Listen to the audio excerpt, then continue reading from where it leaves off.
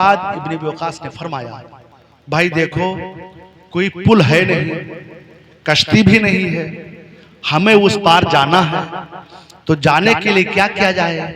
अगर हम पेड़ काट करके पुल बनाते हैं तो तकरीबन 6 महीना लग जाएगा। अगर पेड़ काट करके हम कश्ती बनाते हैं तो तकरीबन 3 महीना लग जाएगा।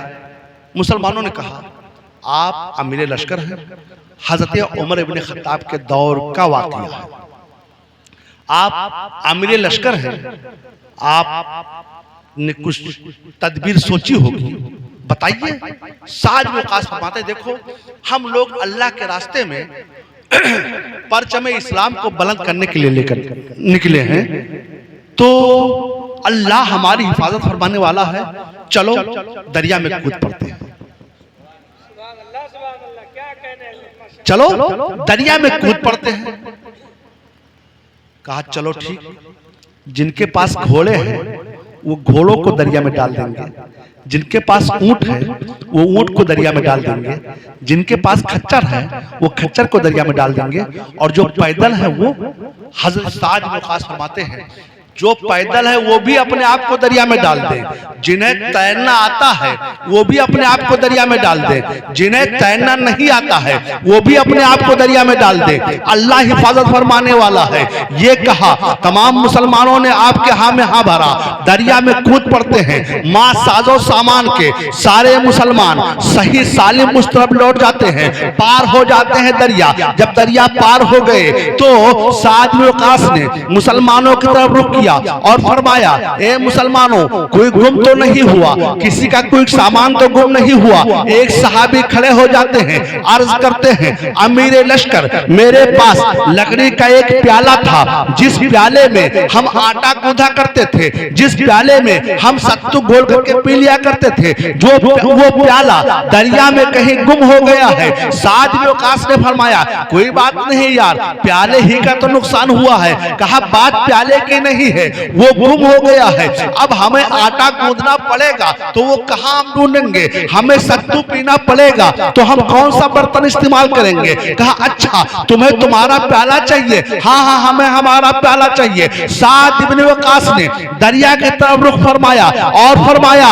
ए दरिया, तुझे मालूम नहीं है हम लोग रसूलुल्लाह के गुलाम हैं, परचम इस्लाम को बुलंद करने के लिए लेकर चले थे, हमारे साथी का प्याला तुझ में गुम हो गया है, उसे वापस कर दे। अगर तूने वापस ना किया तो याद रख, कल मैदान महशर में, दावरे महशर के सामने परवरदिगार की बारगाह में तेरी शिकायत करूंगा। इतना कहना था कि दरिया में उबाल आता है, उनके साथी का प्याला बाहर आ जाता है। सुभान अल्लाह, सुभान अल्लाह। ये है मुसलमान, इनकी शान में है रब का फरमान, हुआ सम्माकुमुल मुस्लिमीन, और उसने तुम्हारा नाम मुसलमान रखा।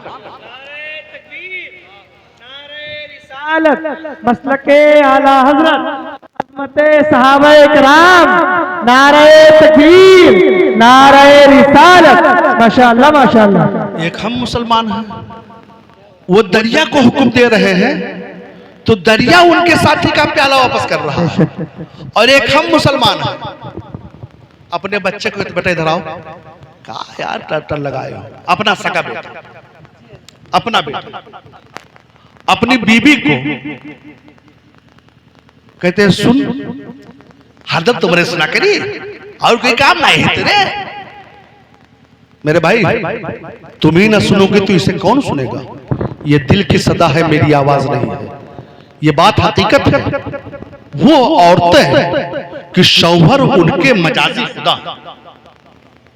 शौहर उनके मजाजी खुदा है, मगर शौहर की नाकदरी की जा रही है। सरकार ने फरमाया था, सरकार गुजरे एक तरफ से, औरतों की जमात थी, सहाबिया की जमात थी, सरकार ने देखा, फरमाया तुम लोग सदका ज्यादा किया करो, तुम में से अक्सर को, यानी अक्सर औरतों को मैं जहन्नम में देख रहा हूं। मेरी माँ बहनों सुनो, तुम्हारे लिए ये वाक़या, अक्सर औरतों को मैं जहन्नम में देख रहा हूं। एक सहाबिया खड़ी होती है, अर्ज करती है, या रसूलल्लाह, मेरे माँ बाप आप पे कुर्बान हो जाए, हम जहन्नम में क्यों जाएंगे?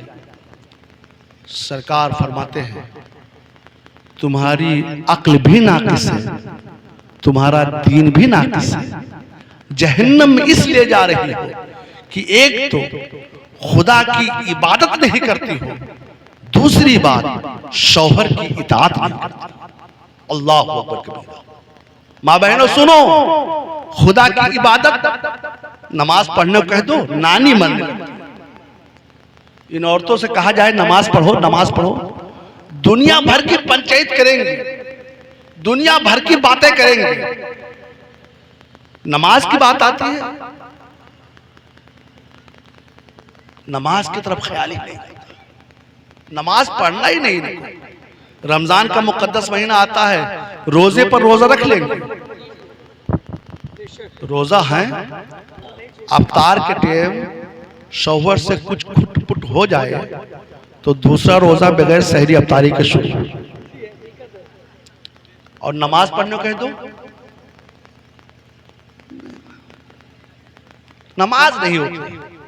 तो ये इनकी दीन की कमी। दूसरी वजह यह है कि ये हमेशा पाक नहीं रहती, कुछ दिनों में इन्हें छोड़ना ही छोड़ना है, ये दीन की कमी है। और शौहरों की नाकदरी बताऊं, सारी जिंदगी ये औरतों को नवाजते रहो, हमेशा इनकी बातों को मानते रहो, कभी तुमसे कुछ मंगाए, बिल फर्ज तुम्हारे जेब में पैसा ना हो या कुछ मजबूरी हो, वो सामान लाकर ना दो, फौरन कहेंगे तुमसे शादी करके मैंने अपनी तकदीर फोड़ ली। मालूम होता इन्होंने शादी किया है, ऐसा है मेरे भाई। याद रखिए, सरकार फरमाते हैं सल्लल्लाहु अलैहि वसल्लम, गैरे खुदा अगर सजदा करना जरूरी होता, सजदा करने का हुक्म होता तो मैं औरतों को हुक्म देता कि अपने शौहरों की सजदा करें। अब आप फूले न समाएं कि हमारी तारीफ हो गई, आप इस पे फूल न जाएं। जहां मर्दों के हुकूक हैं वहीं औरतों के भी हुकूक हैं, वहीं औरतों के भी हुकूक हैं। बहर के दोस्त, बात दूसरी तरफ निकल रही।